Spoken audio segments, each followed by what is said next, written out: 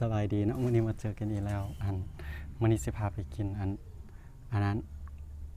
แม่นสก็ข้าวปุ้นเป็นอะไรไปซิมกันเลยเด้อก่อนอื่นสิพาราดอันนี้ก่อนตัวนี้เป็นรองอันนั้นไหม้เด้อไหม้ระบบแล้วมันบ่แจ้งนะเพราะมันต้องได้ใช้แอปของไม้แล้วมันเฮ็ดให้สีอันขาวมันเป็นขาวๆแบบนี้หมดเลยนะบ่ว่ามันสิใช้ได้บ่ใส่โอ้เหี่ยวออก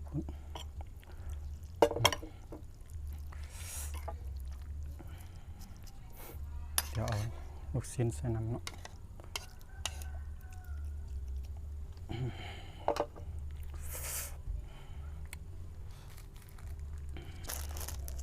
โหยอันนี้เพื่อให้มันเป็นสีสัน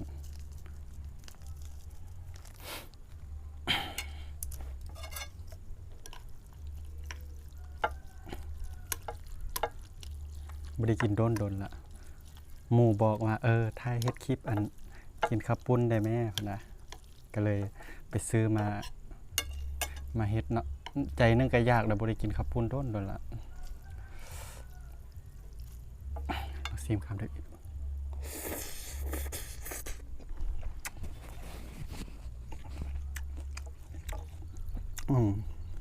แซ่บดีอันนี้ซื้อเอาเองเด้อซื้อเอาเด้อบ่ได้เฮ็ดเอาเอง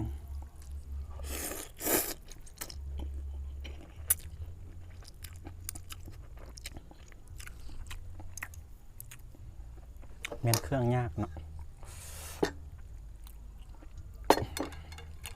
มันหลายอันละแม่นยาก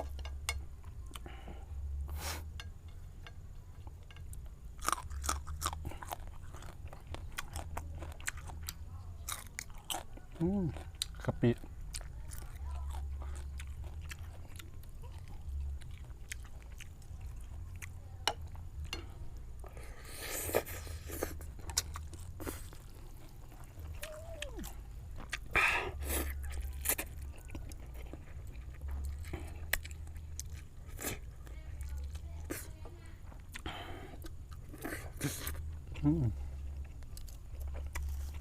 หอม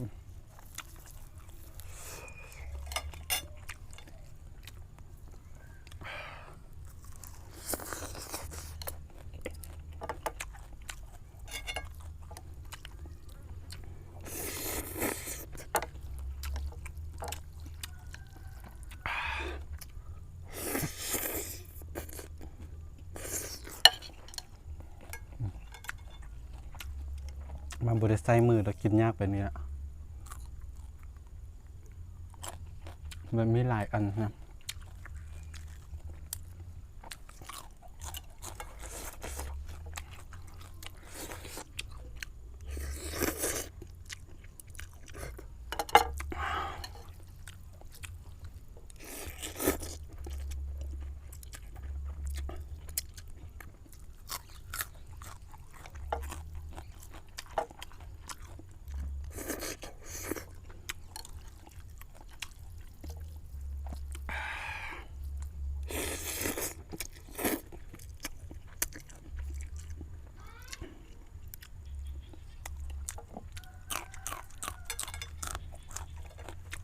หอมไปทางนี้ดีกว่า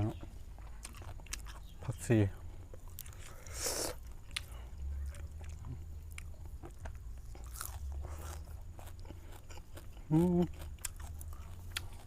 แซ่บผักคะแยะ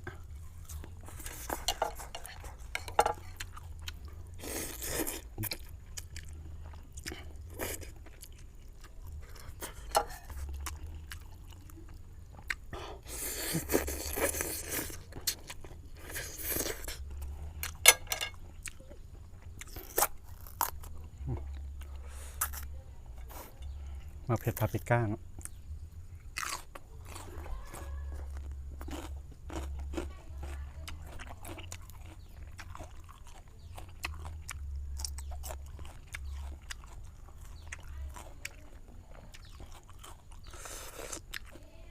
เผ็ดแดง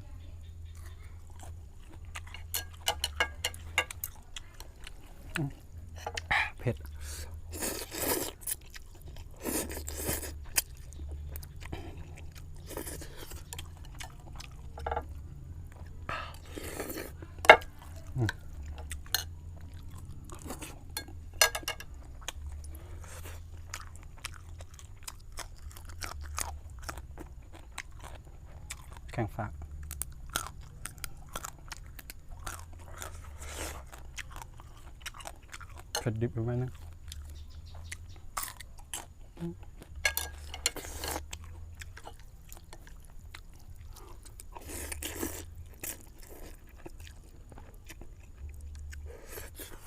เมื่อนี้ไปออกไปนอกมาโอ้ยหนทางเข้าบ้านเกิงเปิดมาคุมเดี๋ยวก็เพียงแอลเนี่ยเจ็บเส้นนะ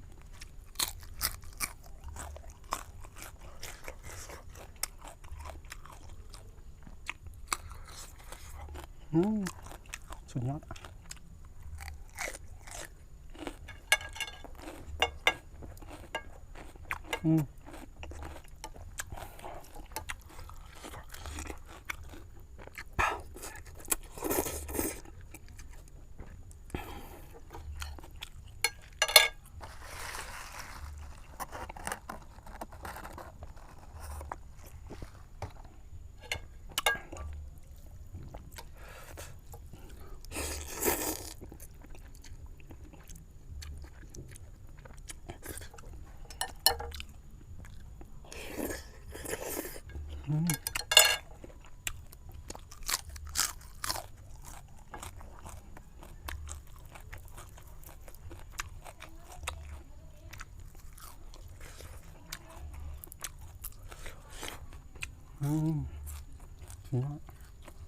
ผักขาว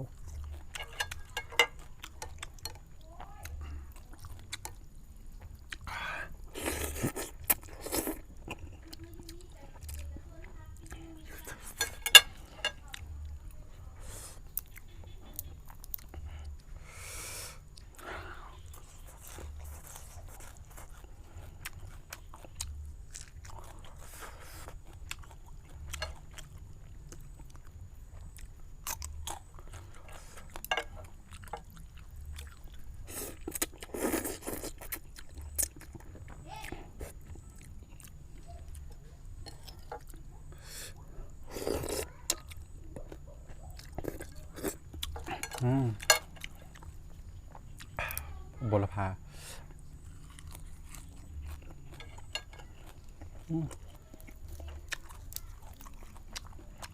หอมกะปิว่าจะเอากะปิกล่องเท่านี้มาจะแบบขึ้นมาคนจีท่วง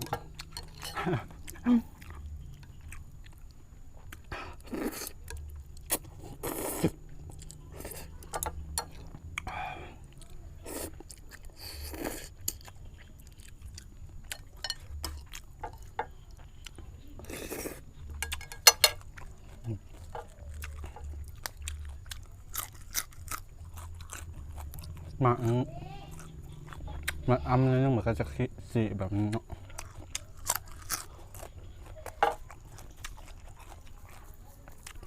บ้านใดมันบ่อ้ำด้วยน้ำแข็มอันนี้มันก็จะเป็นอันสีออกเขียวๆแต่ว่าอันนี้มันหลายทางถึงมันก็เลยว่าอ้ำแล้วเป็นอันสีออกขาวๆไปนี่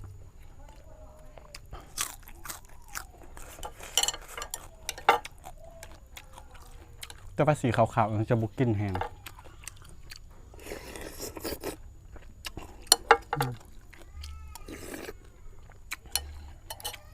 เป็นยัง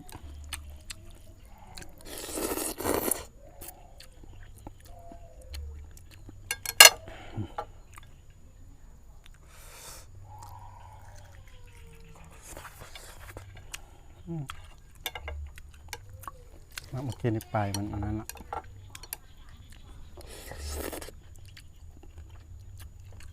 มาเพชรแดงมันซื้อเอาแต่มาเพชรเขียวเนี่ยเก็บน้ำออมแอมเหือนเนี่ยเพราะมันยังโบแดงฮะก็เลยไปซื้อมาเพชรแดงมาไว้ตำ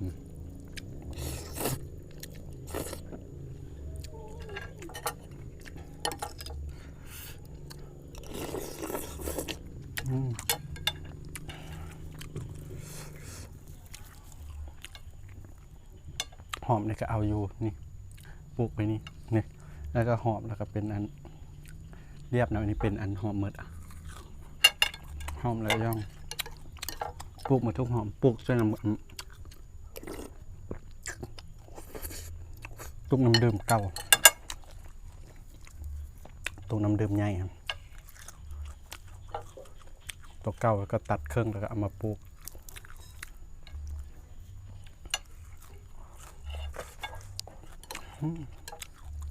ขะแยะนี่โคตรแซ่บเลยเวลากลับอันนี้นะมัก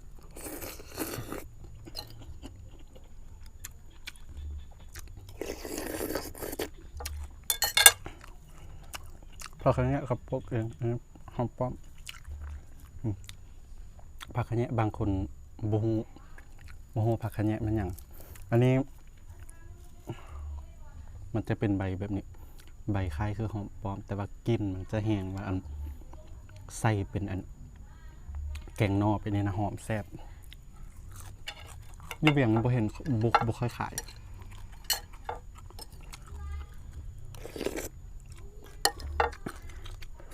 อันนั้นปลูกเอาเองมี2 กบว่าจะเอาไว้แนวอยู่ซ่อมยากเดี๋ยวนี้นะ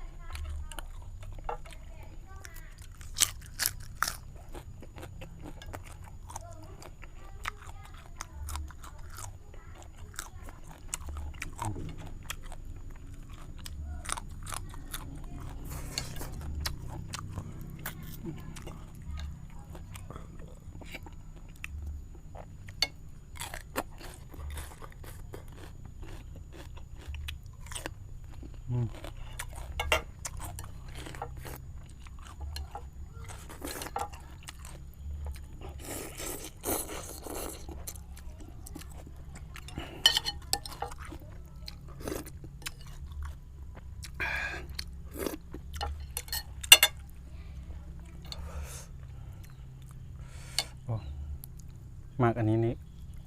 เขาจะแถมมานำข้าวปุ้นเลย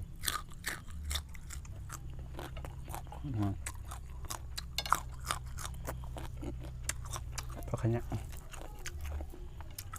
เด็ดมาแล้วกินให้มันหมด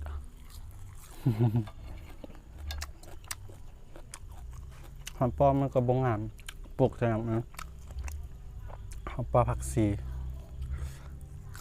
แต่ผักชีงาม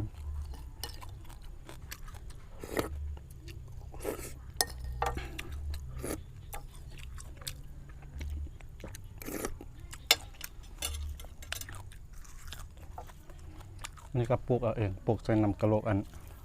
นั้นแหละผักอย่างเสร็จก็ผักขาว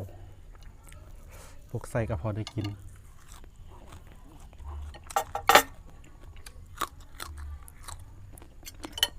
เพราะว่า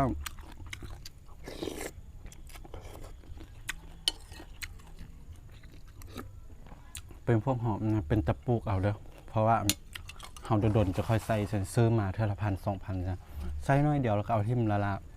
1ปลูกเอาไว้ติดเหือนดีกว่าเด้อ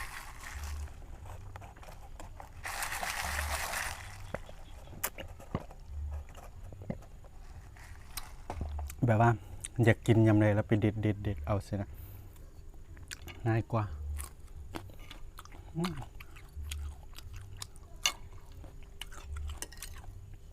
แซ่บ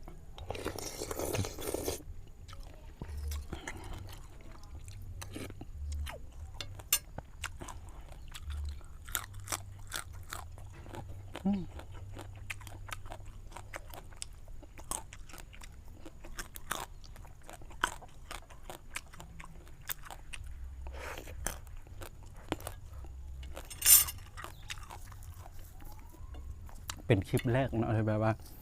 ผักก็จนหมดแซ่บ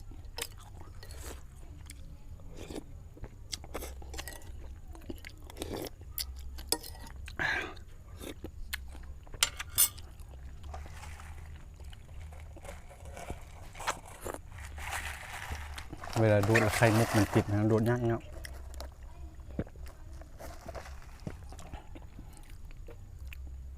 เมื่อนี้ก็เอาเท่านี้ก่อนเนาะเป็นอะไรฝากกดไลค์กดแชร์เด้อ กด Subscribe เด้อขอบใจ